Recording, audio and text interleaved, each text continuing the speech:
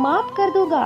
भगवान ऑक्सीजन की तरह है जिन्हें आप देख नहीं सकते, लेकिन उसके बिना आप रह भी नहीं सकते।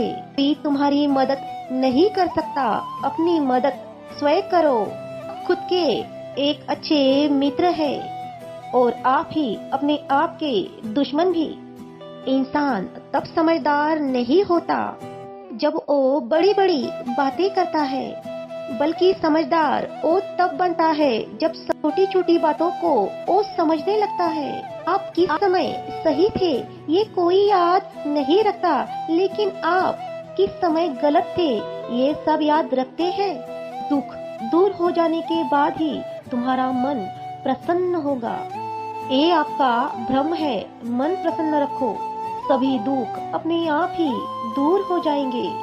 अगर तुम्हें किसी व्यक्ति की बात बुरी लगे तो दो तरीके से सोचो। यदि व्यक्ति महत्वपूर्ण है तो बात को भूल जाओ, अगर बात महत्वपूर्ण है तो उस व्यक्ति को भूल जाओ। रिश्तों का संबंध सिर्फ रक्त से नहीं होता। जो मुसीबत में हमारा हाथ थाम ले उससे बड़ा कोई रिश्ता नहीं होता। भगवान कहते हैं तुम सब कुछ मुझ पे छोड़ दो, सारा दर्द और सारी परेशानी मुझ पर छोड़कर तुम हल्के हो जाओ। धीरे धीरे तुम्हारा सारा जीवन बदल जाएगा। हर रोज रात सोने से पहले भगवान को अपनी सारी दिनचर्या सुनाकर सोए। अगर आपके द्वारा किसी का दिल दुखा है तो मन ही मन उस व्यक्ति से माफी मांगे। अगर आपका किसी ने दिल दुखाया है तो उसे माफ करके सारी चिंताएं भगवान पर छोड़कर सो जाए। यकीन मानिए, ऐसा करने से तुम्हारी जिंदगी खुशनुमा बन जाएगी। क्रोध में बोला हुआ एक एक शब्द इतना जहरीला होता है कि आपने बोली हुई हजारों प्यार भरी बातें एक मिनट में नष्ट कर सकता है। सबको हंसाना लेकिन किसी पर हंसना मत। सबके दुख बांटना लेकिन किसी को दुख मत देना। सबकी राह में दिए जलाना मगर किसी का दिल मत तोड़ना।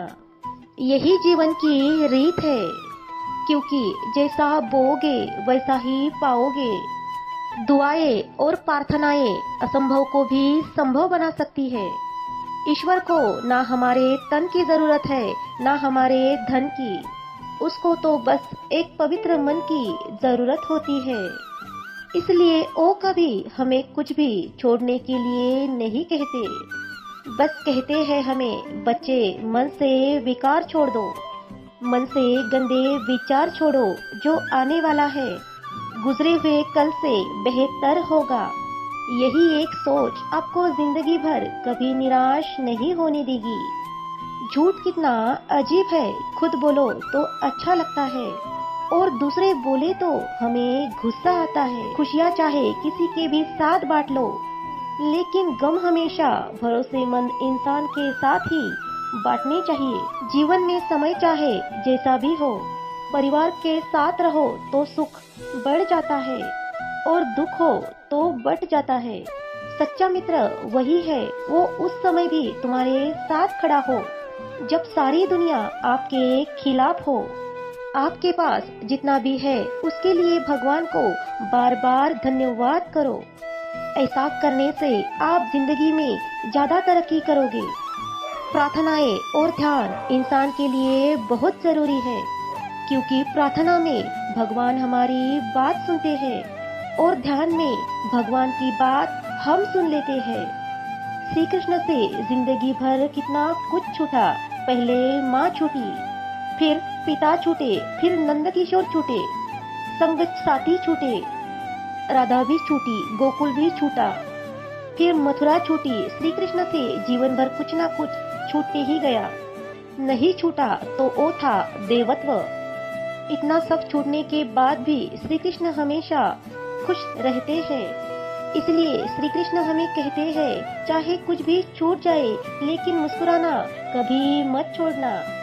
जीतने का मजा भी तब आएगा जब लोग आपके हारने का इंतजार कर रहे हो। गीता में लिखा है यदि कोई आपको अच्छा लगता है, क्योंकि अच्छा वो नहीं अच्छे आप है, क्योंकि आपको उसमें अच्छाई दिखती है। अपनी पीड़ा के लिए संसार को दोष मत दो, अपने मन को समझाओ। तुम्हारे मन का परिवर्तन ही तुम्हारे सभी दुखों का अंत करेगा। सोच और नियत अच्छी रखिए, बाकी सब चिंता श्री कृष्ण पर छोड़ दीजिए। याद रखना, भगवान से कभी उम्मीद छोड़ना नहीं और दुनिया वालों पर कभी यकीन रखना नहीं। सुख दुख एक सिक्के के दो पहलू हैं। जहाँ सुख होगा वहाँ दुख भी होगा, जहाँ दुख होगा वहाँ सुख भी होगा। दुख की चिंता ना करते हुए अपने लक्ष्य पे ध्यान दो।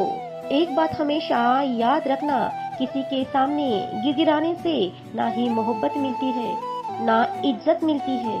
इसलिए हमेशा अपने स्वाभिमान को जिंदा रखो। अगर कोई तुम्हारी किस्मत में होगा तो खुद तुम्हारे पास चल के आएगा। दूसरों को हराने का मौका मत दो, बस खुद को आगे चलने की जीत पालो। कभी हार न मानने की आदत ही हमें जीतने की आदत बना देती है। सिर्फ दो चीजें मनुष्य के भाग्य का निर्माण करती है। पहला, स्वभाव। अगर आपके स्वभाव में अच्छाई वाला गुण है तो आपका भाग्य एक दिन जरूर चमकेगा। और अगर आपका स्वभाव क्रोधी और आलसी है, आपका भाग्य कभी नहीं निखर सकता। इसलिए अपने स्वभाव को मधुर और आकर्षक बनाइए। बोलना तो आदमी 2.5 साल के उम्र से ही जान लेता है, और कब कहा और कैसे बोलना है उसे ए जिंदगी भर भी नहीं समझ आता। जिसे ए आ गया कि कब कहा कैसे बोलना है, ऐसा इंसान जिंदगी में सबसे पहले सक्सेस को छू लेता है। पिता से बड़ा कोई सलाहकार नहीं होता, माँ की छाव जैसी कोई दुनिया नहीं, भाई से अच्छा कोई भागीदार नहीं और बहन से अच्छा कोई शुभ चिंतक नहीं। इस मतलबी दुनिया से कोई मतलब ना रखो, और मतलब रखना ही है तो अपने मतलब से मतलब रखो। दुआएं मांगने से किसका भला होता है, मिलता तो वही है जो हमने बोया होता है। तुम नीचे गिरकर देखो, कोई नहीं आएगा तुम्हें उठाने। तुम जरा उड़ के तो देखो, सब आएंगे तुम्हें गिराने।